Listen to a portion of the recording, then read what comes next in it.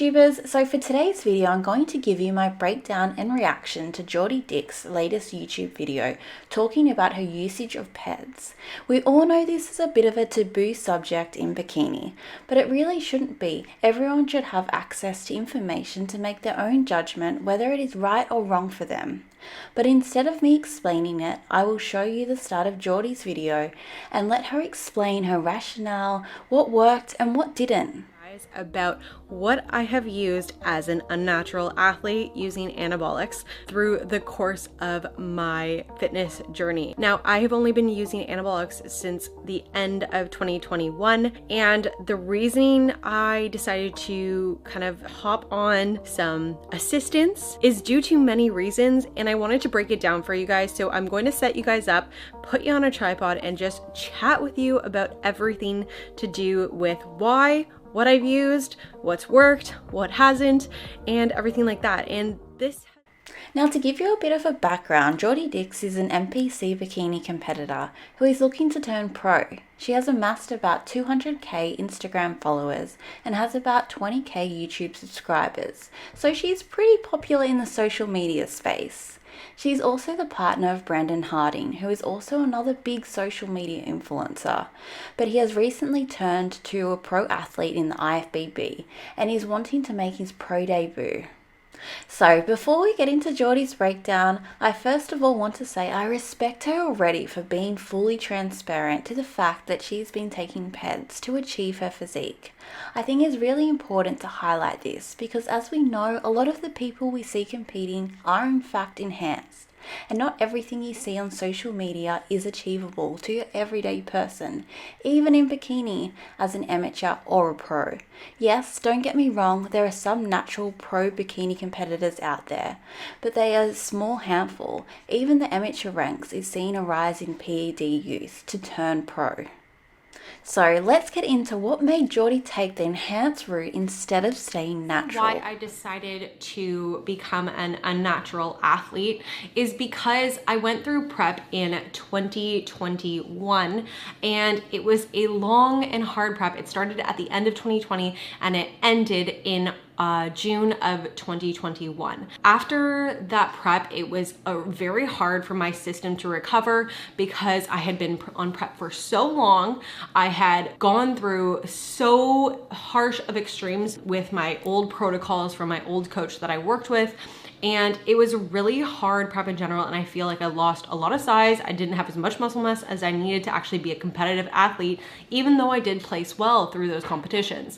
Now, I decided to do it because I wanted to take this thing called competing super seriously. Obviously, you guys know that my goal is to turn pro, and I would love and dream about stepping on that Olympia stage one day. In the future, I will be able to accomplish whatever goals I set as long as I take this sport as seriously as possible. And for me, the seriousness and the ties to anabolics came hand in hand, because if you speak to any of the bikini athletes standing on that Olympia stage, I will tell you that at least 95, maybe 98% of those girls are completely unnatural, though none of them speak about it. So I'm not saying there's anything wrong with it. Maybe people just feel like a little bit more reserved. I know that literally every single guy in bodybuilding talks about it. Brandon is fully honest about his usage as an unnatural athlete, and I honestly don't know why more females don't speak about it. So straight off the bat, I 100% agree with Jordy that PEDS in bikini is still such a taboo subject, but it really needs to be more transparent. I, for one, couldn't care less if someone is natural or enhanced. If you're a nice and kind person and treat others the same, that is all I care about. But where I do draw the line is if someone is saying they've achieved their physique naturally when they haven't, and it is because it sets unrealistic expectations for all the young females which might look up to them or amateurs looking to compete.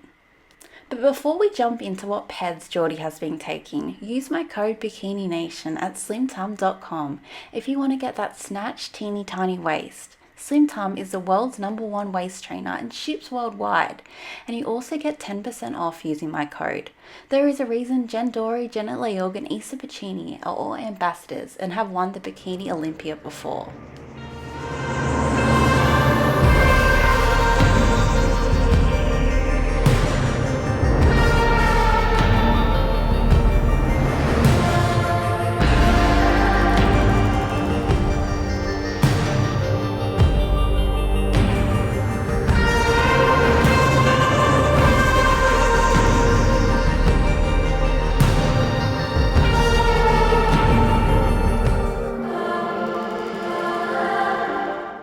Now let's jump into what Jordy has been taking, because I am sure as hell curious. And if you're watching, I'm sure you're all curious as well. Inject into your stomach. That's so weird to say.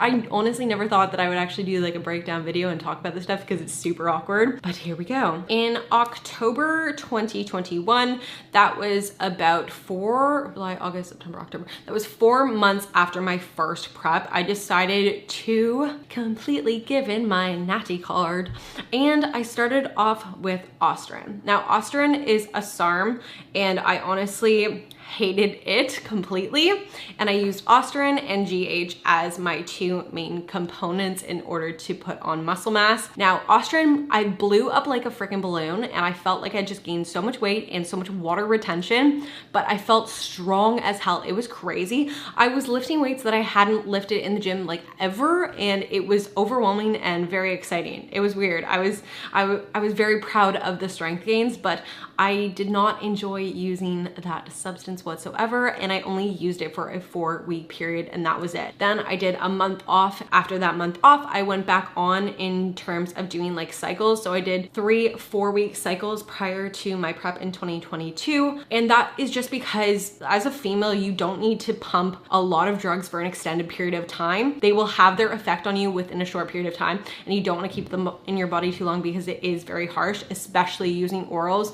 and not doing injectables, because orals are a lot harder on your liver, it's a lot harder on your digestive system, and it can screw up a lot of things internally.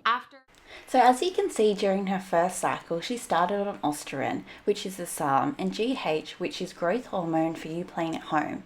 So you heard it from Jordy herself. She didn't enjoy taking Ostrin. She blew up like a balloon, but she was getting stronger. Now, SARMs like Ostrin, S4, RAD 140 have been growing in fashion over the last few years, mainly because you don't need to inject them. It is usually a liquid where you put drops in your mouth. And guys, I'm not a medical professional, but you have to be aware that virtually all PEDs have some sort of side effect to your body. So please do your research and talk to a professional first if you are thinking of going down the enhanced route. She also stated she was on growth hormone, which you inject into your subcutaneous fat, such as your lower belly fat, which in all honesty I think is probably unnecessary for a bikini athlete. If you're an IFBB Men's Open Pro challenging for Olympia, I can probably understand that you need to push your body way past its genetic limits, but I really don't think it's necessary for a bikini competitor. It can also increase your organ size, which isn't ideal if you're trying to keep a tiny waist. After my month off, I tried Anavar and GH again. Through this entire process, I was on GH the entire time just because it is a good thing to include in order to have healthy bones, skin, etc. It helps with recovery and everything in between. So GH was something that was just like a consistent throughout my entire like anabolic usage. I never really cycled off GH at all. Now with Anavar, I took a small amount at my first time and I used it for about 5 weeks, and that was it. It was honestly game-changing. I felt a lot of muscle mass put on at that point. I'm giggling about this because I just feel awkward. And I also felt like I didn't get bloated from Anavar. Like it wasn't like filling my muscles up with extended periods of water. I didn't experience the same effects as SARM, so I didn't feel like a bubbly balloon the entire time. And I truly felt like I could get strong without that feeling, and I loved it. I loved feeling strong. Clearly, I like feeling strong. So you can see Jordy explains that her second cycle she tried Anavar, which is a game changer to her. She didn't get the bloat, she got stronger and preferred it over Ostrin. Now Anavar is a steroid, which is usually in a tablet form. It is known for giving you a dry look, so you're not watery, you're staying tight whilst putting on muscle mass.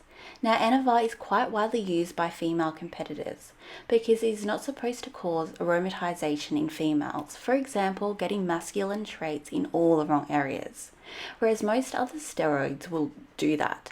Like there is a reason some of these competitors have a high-pitched voice at the start of their career, then sound like Vin Diesel after a few years. The issue with Anavar is you never really know if you're getting legitimate, real Anavar. It could have D-bol or another cheaper steroid mixed in with it. Again, guys, I'm not advocating for anyone to do PEDS, but I want you to be aware of the risks and try to give some insights you may not know. When prep began, my like starting prep cycle within the first 1 to 2 weeks was Clen, T3, and T4, as well as GH. Now, the reason why T3 and T4 were thrown into there so early was because of my experience with my thyroid. Now, my first prep, my thyroid completely bottomed out. It was absolutely nothing. My body fought back because for a majority of it, I did it basically completely naturally until the last 4 weeks. Then I added in a little bit of Clen, but it was a little bit too late for anything to happen at that point. So T3 and T4 will always be within my preps because my thyroid is just not functioning properly. And it's been a thing. I've been working on it. We worked on it last off season. It got better, but again, through prep, it kind of diminishes into nothing, which is what I'm focusing on now, is getting my hormones rebalanced and my thyroid back to a actual properly functioning thyroid. I know.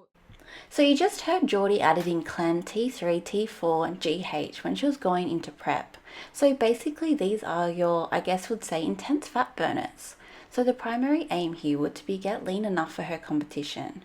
But you heard it from her first hand, she already had some thyroid issues.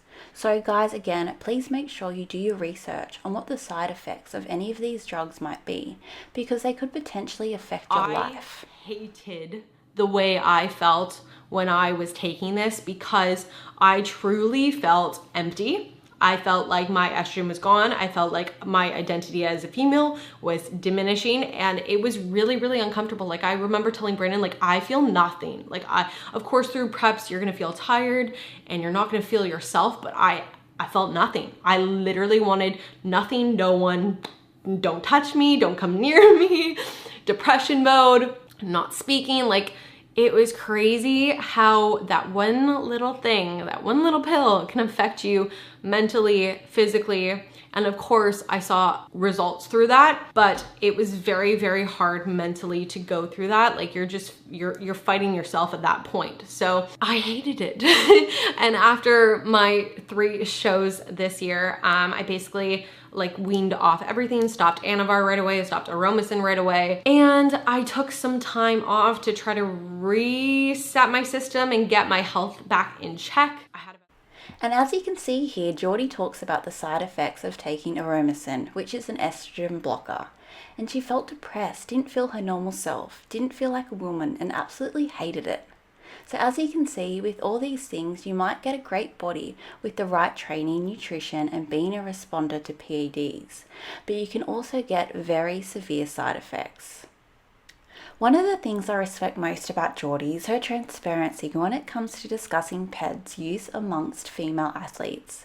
It's a topic that is often shrouded in secrecy, but Jordy is not afraid to speak out and share her experiences with her followers, which I wish more competitors would do. Her honesty is so refreshing, so guys, make sure you head over to her YouTube channel, Jordy Dix, to watch her whole video and check out her Instagram as well.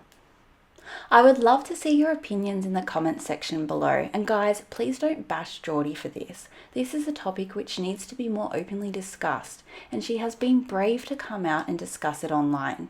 Again, there is no right or wrong answer if you're a competitor and want to be enhanced, but I can't stress this enough. Be safe out there, talk to a medical professional, do your own research before you make any decisions, and also think about your life outside of competing now and also in the future. Don't rush into anything without giving it a real thought. Okay guys, if you like this video, please don't forget to like, subscribe, comment, follow me on Instagram, all the nice stuff. I hope you're all safe and well wherever you are in the world. Over and out from Bikini Nation.